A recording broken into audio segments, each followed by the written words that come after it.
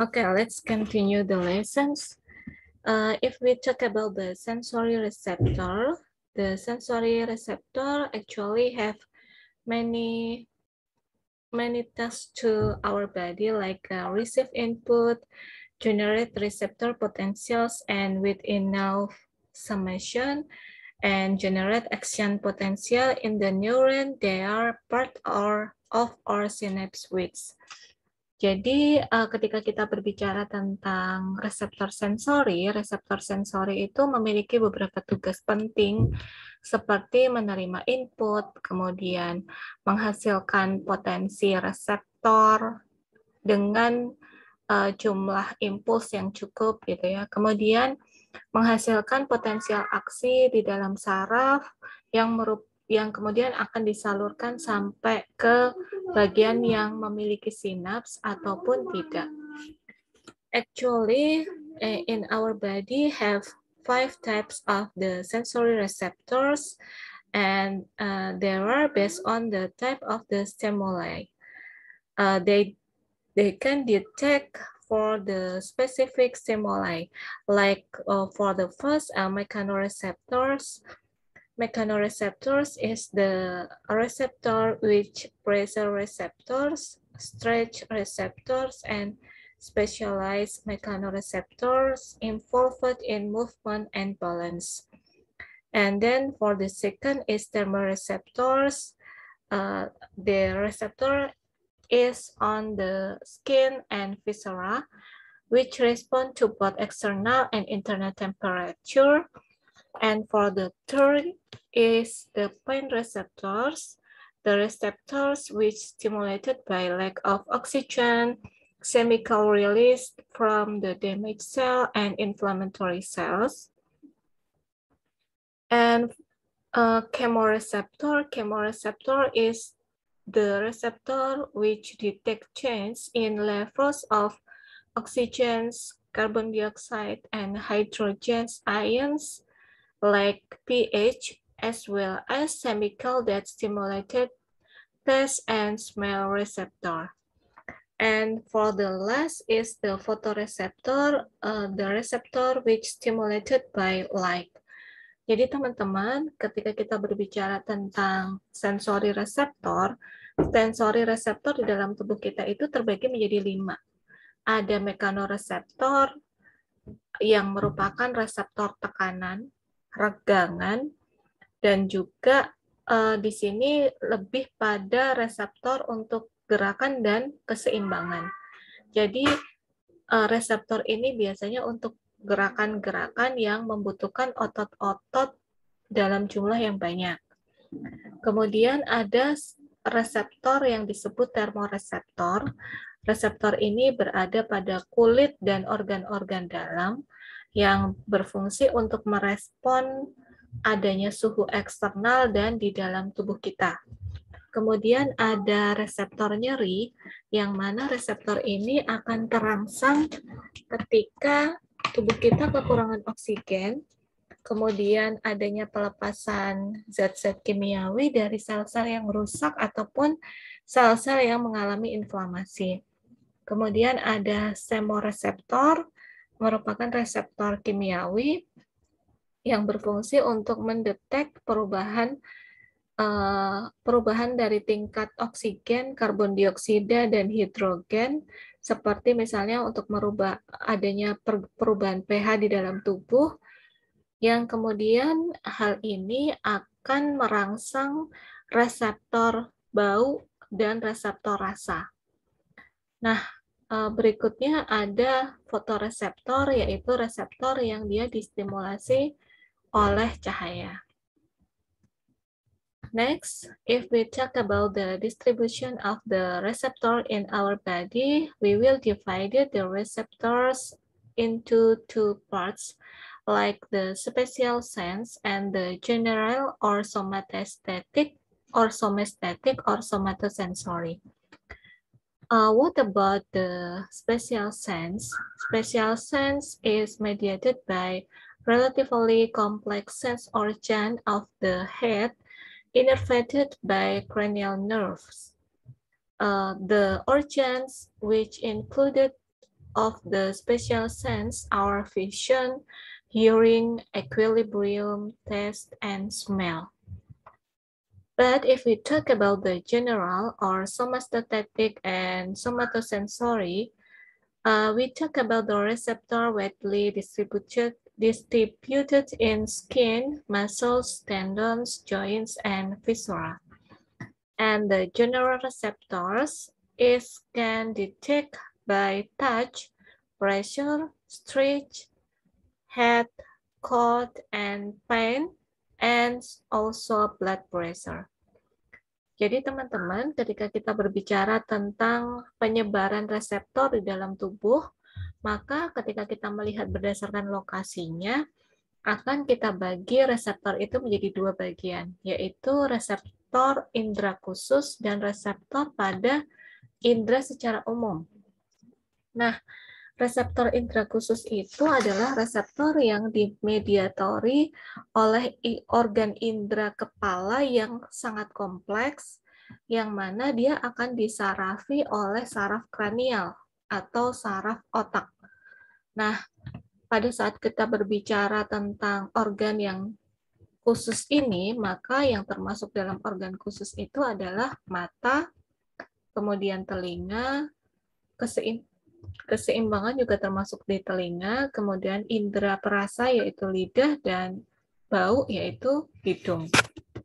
Namun, ketika kita berbicara terkait dengan reseptor general atau somestetik atau somatosensori, itu adalah reseptor yang dia itu tersebar di seluruh permukaan kulit, otot, tendon, sendi, dan organ-organ dalam. Nah, biasanya reseptor ini dia berfungsi untuk mendeteksi sentuhan, tekanan gitu ya. Dia berfungsi untuk mendeteksi peregangan, stretching seperti itu.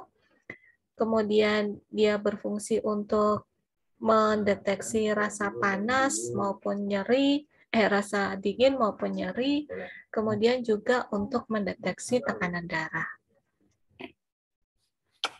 So this is the organ which related about the spatial sense, like A for the vision, ear for the hearing, ear also for the equilibrium, receptor for the taste. It is about the tongue, and the olfactory system about the smell, and the organs which include the olfactory system is the nose.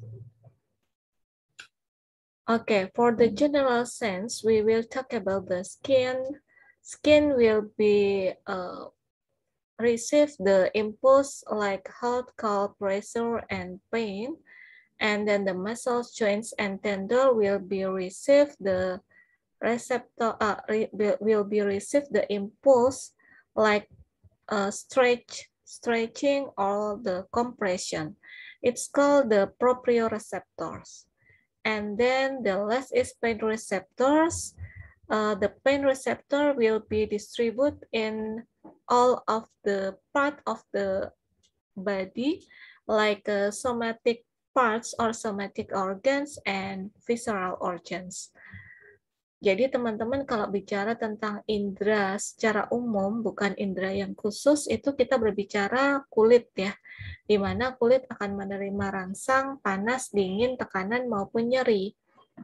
Dan kemudian selain kulit, kita juga berbicara terkait dengan otot, sendi, dan tendon, di mana di otot, sendi, dan tendon ini ada yang dikenal sebagai proprioreseptor. Proprioreseptor itu adalah reseptor untuk berespon pada tarikan ya, ataupun tegangan, compression.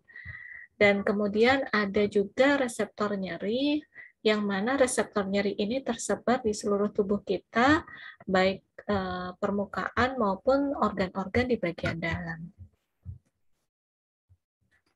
Until here, any question for me, guys, about this topic?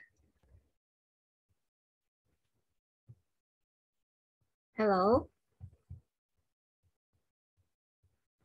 Are you still with me?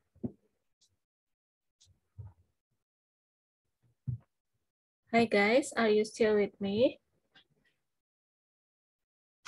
Yes, Miss. Teman-teman masih sama saya nggak? Ada pertanyaan atau nggak dengan topik ini?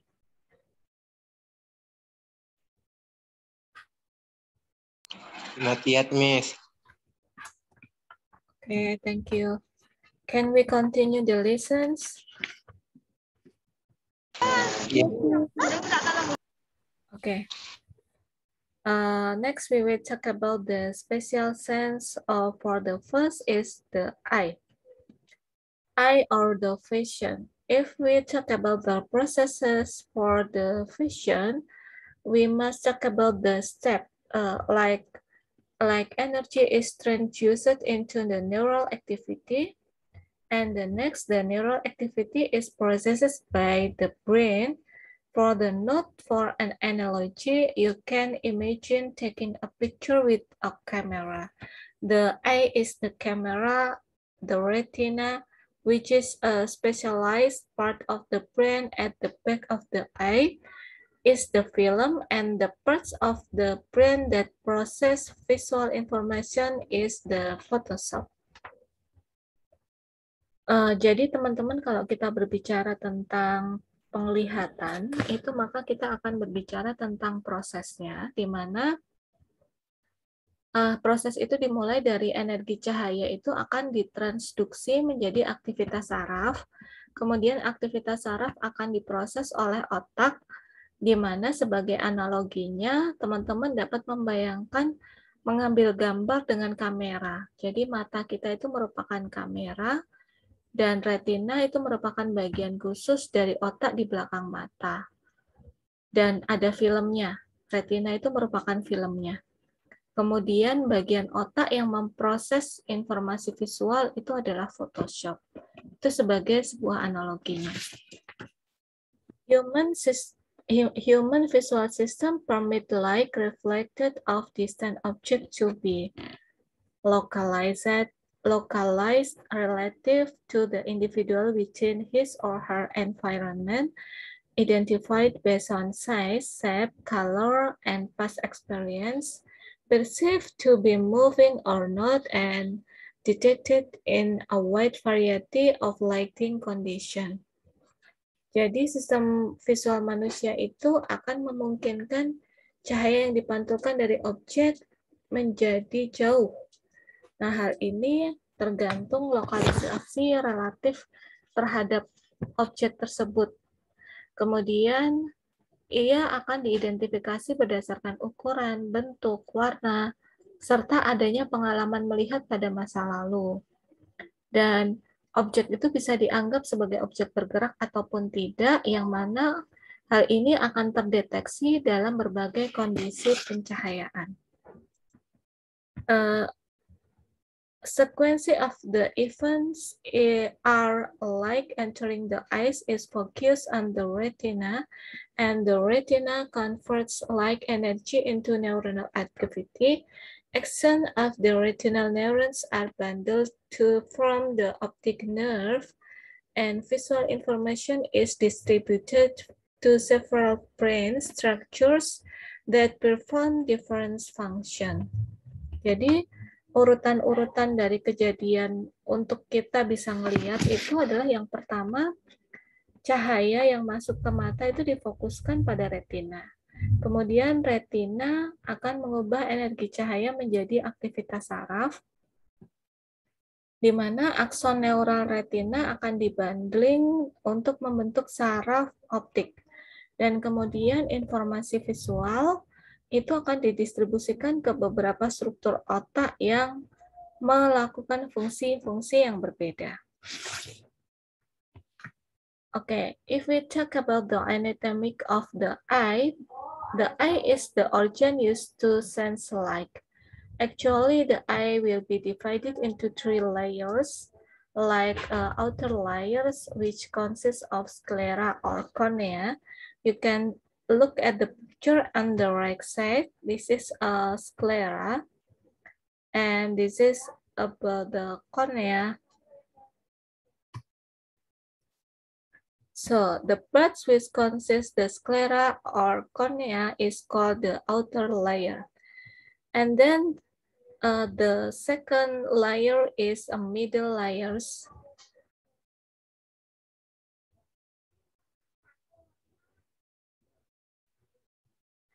The middle layer, which consists of choroid, ciliary body, and iris. If you look at the picture, this is a middle layer is which have the orange color that about the choroid, ciliary body, and iris. And the last is inner layer, which consists of the retina. You can look at the picture in the right side. This is about the retina. Okay. And in our eye have the extraocular muscles which attach to the eye and skull and allow movement. Jadi teman-teman kalau berbicara tentang organ mata, kita akan melihat bahwa mata itu terdiri dari 3 lapisan, ada lapisan luar, lapisan tengah, dan lapisan dalam. Lapisan luar itu terdiri dari sklera dan kornea, tengah itu terdiri dari koroid, kemudian ada badan ciliary body atau badan ciliaris gitu ya, kemudian ada iris. Dan bagian yang dalam yang mana terkandung atau mengandung retina. Selain itu ada otot ekstraokuler. Otot ekstraokuler itu adalah otot yang melekat pada mata dan tengkorak dan akan memungkinkan terjadinya gerakan pada mata. If you look at the picture, we can see if the eye have many parts, like for the first is like a sclera.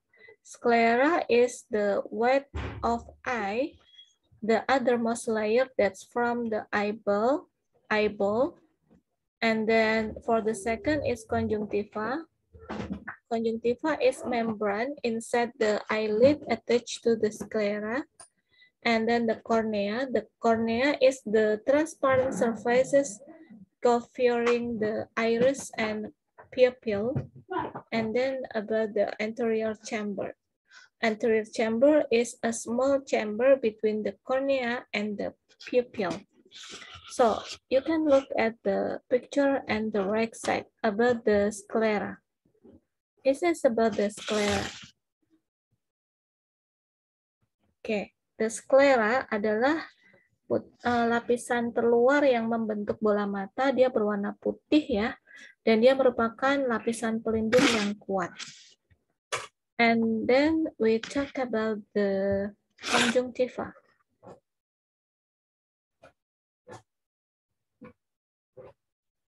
Conjunctiva is like the part of in your eyes, like kelopak mata. Jadi konjungtiva itu adalah kelopak mata, di mana merupakan membran di dalam kelopak mata yang melekat pada sklera. And then the cornea itu merupakan permukaan transparan di kornea, permukaan yang transparan yang berfungsi untuk menutupi iris dan pupil. Kemudian ada ruang anterior. Ruang anterior ini adalah ruang anterior, di mana ruang anterior itu merupakan ruang kecil antara kornea dan pupil. Ini ya ruang anteriornya di sini. Oke. And the next we talk about the other parts of the eye, like aqueous humor.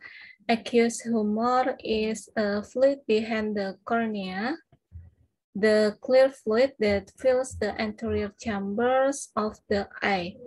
And the aqueous humor have the specific task like to help to maintaining the shape of the cornea, providing most of the nutrients for the lens and the cornea. Jadi teman-teman, di antara anatomi mata yang lain itu ada cairan aqueous yang ada pada mata bagian depan di ruang antara pupil dengan kornea, Di sini ada aqueous humor. Nah, aqueous humor ini berfungsi untuk memberikan nutrisi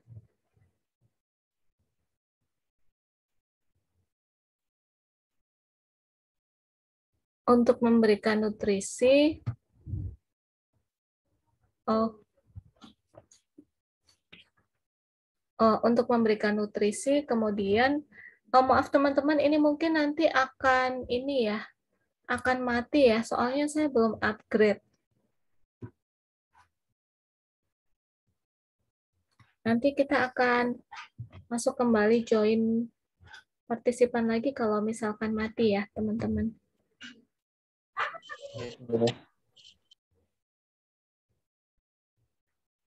Oke, for the next is about the aqueous humor. Jadi aqueous humor itu adalah cairan yang ada di dalam mata, yang mana cairan ini berfungsi untuk membuat mata itu berbentuknya itu tetap stabil, dan dia itu berfungsi untuk memberikan cairan yang apabila ada sampah yang masuk, itu sampah itu akan dikeluarkan dan memberikan nutrisi untuk mata.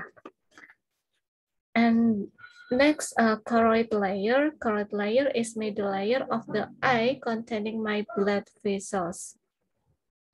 This is the choroid layers.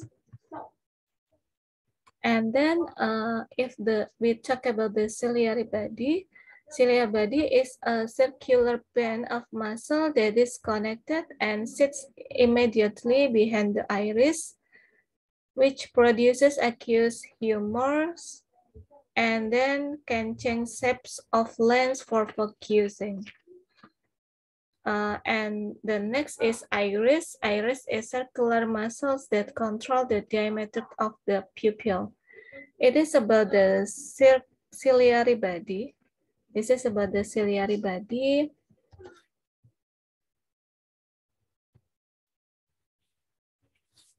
Jadi ciliary body atau badan silia itu adalah otot yang melingkar yang menghubungkan letak tepat di belakang iris dan akan berfungsi menghasilkan cairan aqueous humor tadi. Nah, dia itu bisa merubah bentuk lensa supaya lensa itu menjadi lebih fokus.